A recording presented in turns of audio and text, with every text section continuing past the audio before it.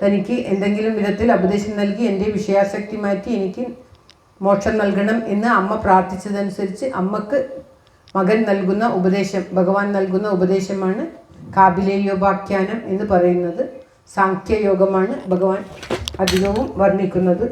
ഓം നമോ ഭഗവതേ വാസുദേവായ. ഓം ശ്രീകൃഷ്ണ പരമാത്മനേ നമ. തൃതീയ സ്കന്ധത്തിലെ 29-ാമത്തെ അധ്യായം. 29-ാം അധ്യായത്തിൽ ഭക്തിയോഗത്തെ പറ്റിയാണ് വർണ്ണിക്കുന്നത്. ഭക്തിയോഗത്തെപ്പറ്റി ദേവഹൂതി ദേവിക്ക് തൻ്റെ പുത്രൻ നൽകുന്ന ഉപദേശമാണ്. തൻ്റെ പുത്രൻ ഭഗവാനാണെന്നറിഞ്ഞ് ദേവി പുത്രനെ പ്രഭോ എന്ന് പറഞ്ഞ്, ഭഗവാനെ പ്രഭോ എനിക്ക് നന്മ നൽകണമേ എന്ന് പറഞ്ഞ് വാഴ്ത്തിക്കൊണ്ട് ആണ് ഉപദേശം ആരായുന്നത്. അത ഏകോനത്രിംശത്തമോധ്യായ. ദേവഹൂതിരുവാച ലക്ഷണം മഹദാദീനാം പ്രകൃതി പുരുഷസ്യ ച സ്വരൂപം ലക്ഷ്യതേ മീശാം യേന തത്പരമാത്മികം യഥാ സാഖ്യേഷു കഥിതം യന്മൂലം തത്പ്രചക്ഷതേ ഭക്തിയോഗസ്യ മേ മാർഗം ബ്രൂഹി വിസ്തരശ പ്രഭോ. ഭക്തിയോഗം എനിക്ക് വളരെ വിസ്താരമായി പറഞ്ഞു തരൂ അല്ലയോ പ്രഭുവേ എന്നാണ് പറയുന്നത്. പുത്രൻ എന്നുള്ള ഭാവമല്ല, ഈശ്വരൻ എന്നുള്ള ഭാവത്തോടെയാണ് അമ്മ മകനെ കാണുന്നത്. വിരാഗോയേന പുരുഷോ ഭഗവൻ സർവതോ ഭവേത് ആചക്ഷു ജീവലോകസ്യ വിവിധാമയ മമ സംശ്രുതി കാലേശ്വര രൂപസ്യ പരേഷാം ച പരസ്യതേ സ്വരൂപം വദ കുർവന്തി യദ്ദേധോ കുശലം ജനാ ലോകസ്യ മിഥ്യാഭി മധേര ചക്ഷുഷാ ചിരം സുപ്രസുപ്തസ്യ തമസ്യ നാശ്രയേ ശാന്തസ്യ കർമ്മസ്വനുവിദ്യയാ ധിയാ ത്വമാ വിരാസി കില യോഗഭാസ്കര. മൈത്രേയോ വാച ഇതി മാതുർവചശ്ലഷ്ണം പ്രതിനന്ദ്യ മഹാമുനി ആപഭാഷേ കുരുശ്രേഷ്ഠ പ്രീതസ്ത്വാം കരുണാർദിത. കരുണാമയനായ ആ മഹാമുനി ശ്രീ കാപിലേയ ഭഗവാൻ അമ്മയുടെ ഇങ്ങനത്തെ വചനം കേട്ട് ഇപ്രകാരം പറഞ്ഞു. ശ്രീ ഭഗവാനുവാച ഭക്തിയോഗോ ബഹുവിധോ മാർഗീർഭാമിനി ഭാവ്യതേ സ്വഭാവഗുണമാർഗേണ പുംസാം ഭാവോ വിഭിദ്യതേ. ഭക്തിയോഗം ബഹുവിധത്തിലുണ്ട്. ഓരോരുത്തർക്കും അവനവൻ്റെ സ്വഭാവ ഗുണം അനുസരിച്ചിട്ട് വ്യത്യസ്തമായി പ്രാപിക്കാം എന്നാണ് പറയുന്നത്.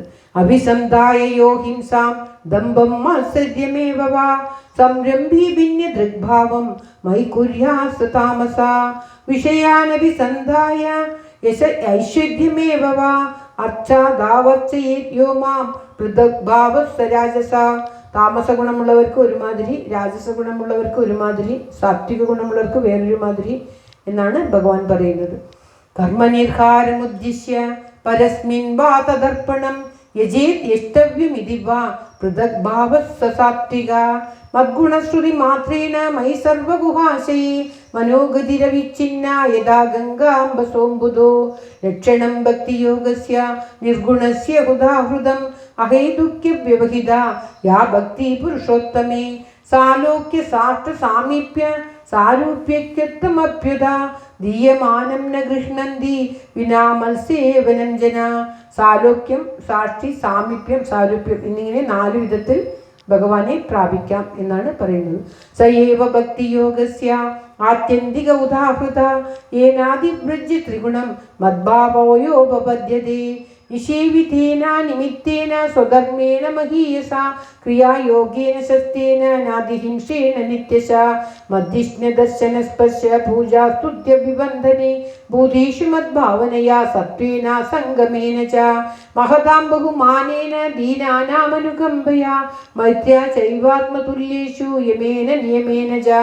ദീനന്മാരിൽ അനുകമ്പ, യമനിയമങ്ങൾ പാലിക്കുക, എല്ലാവരോടും സ്നേഹത്തോടുകൂടി ഇരിക്കുക, ആധ്യാത്മികാനുശ്രവണ നാമസങ്കീർത്തനാച്ചമേ ആധ്യാത്മിക കാര്യങ്ങളിൽ കേൾക്കുക, നാമസങ്കീർത്തനം ചെയ്യുക.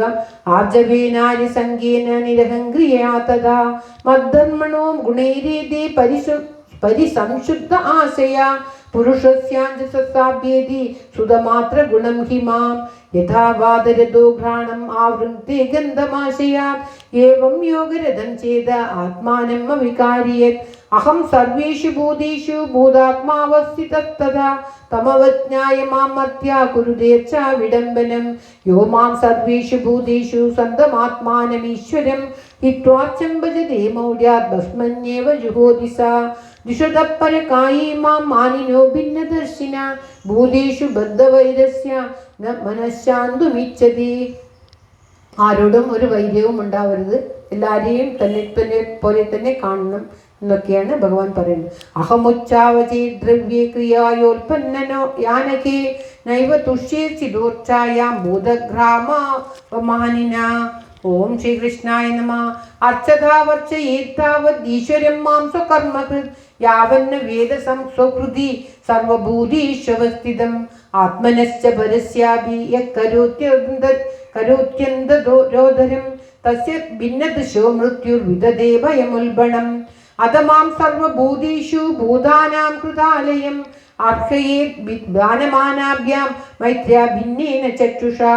ജീവാ ശ്രേഷ്ഠാ ഹി ജീവാനാം തദ പ്രാണഭൃതശുഭേ തദസ്സ ചിത്താ പ്രവരാ തദശ്ചേന്ദ്രിയവൃത്തയാ തത്രാപി സ്പർശവേദിഭ്യ പ്രവരാ രസവേദിന തേഭ്യോ ഗന്ധവിദശ്രേഷ്ഠാ തദശബ്ദവിദോ വരാ രൂപവേദവിദസ്തത്ര തതശ്ചോഭയതോദിതാ തേഷാം ബഹുപദാ ശ്രേഷ്ഠാ ചതുഷ്പാദസ്തദോദ്വിഭാത് തദോ വർണ്ണാശ്ച ചത്വാര തേഷാം ബ്രാഹ്മണ ഉത്തമ ബ്രാഹ്മണേഷു വേദജ്ഞോ അർത്ഥജ്ഞോഭ്യധികസ്തഥാ അർത്ഥജ്ഞാ സംശയച്ഛേദാ തദശ്രേയാൻ സ്വകർമ്മകൃത് മുക്തസംഗസ്തദോ ഭൂയാ നദോക്താ തന്മമാത്മനാ തസ്മാ മയ്യാർപ്പിതേശേഷ ക്രിയാർത്ഥാത്മാ നിരന്തര മയ്യർപ്പിതാത്മനഃ പുംസോ മയി സന്യസ്തകർമ്മണാ ന പശ്യാമി പരം ഭൂത അകർത്തു സമദർശനാത് മനസൈതാനി ഭൂതാനി പ്രണമേത് ബഹുമാനയൻ ഈശ്വരോ ജീവകലയാ പ്രവിഷ്ടോ ഭഗവാനിതി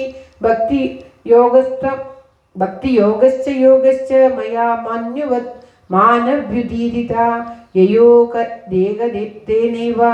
യയോരേകതരേനൈവ പുരുഷം വ്രതത്.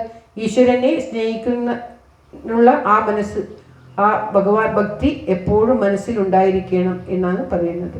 ഭക്തിയോഗശ്ച യോഗശ്ച മയാ മാനവ്യുദീരിതാ യയോരേകതരേണൈവ പുരുഷം വ്രജേത്. ഏതദ് ഭഗവതോ രൂപം ബ്രഹ്മണ പരമാത്മന പരം പ്രധാനം പുരുഷം ദൈവം കർമ്മ വിശേഷ്ടിതം രൂപഭേദാസ്പദം ദിവ്യം കാല ഇത്യഭിധീയതേ ഭൂതാനാമഹദാദീനാം യദോ ഭിന്നദൃശാംബയം യോന്തപ്രവിശ്യ ഭൂതാനി ഭൂതൈരത്യഖിലാശ്രയാ സ വിഷ്ണോക്യോദിയജ്ഞോസോ കാലകലയതാം പ്രഭോ ന ചാസ്യ കശ്ചിദ്ദേതു ന ദ്വേഷോ ന ച ബാന്ധവാ ആവിശ്യ അപ്രമത്തോസോ പ്രമത്തം ജനമന്ദകൃത്.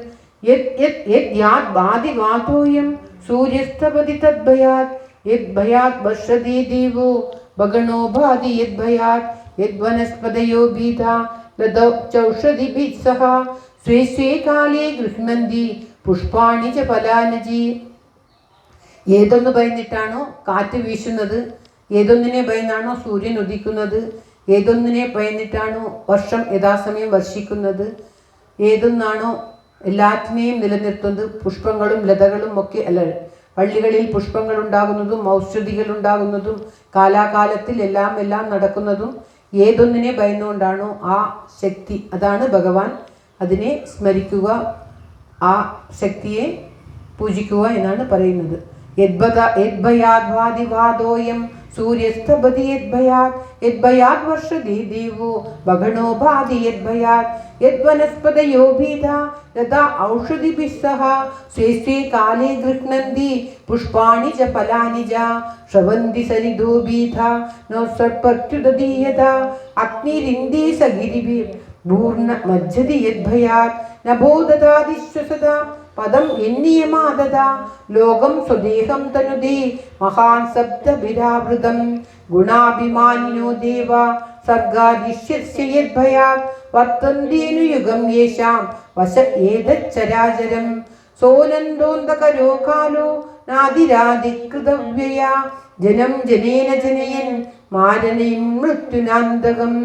ഓം തത്സത്. ഇത് ശ്രീമദ് മഹാഭാഗവതേ മഹാപുരാണേ പാരമഹംസ്യ സംഹിതായാം തൃതീയസ്കന്ധേ കാപിലേയോപാഖ്യാനേ ഏകോനത്രിംശത്തമോऽധ്യായः. സർവത്ര ഗോവിന്ദനാമ സങ്കീർത്തനം. ഗോവിന്ദ ഗോവിന്ദ.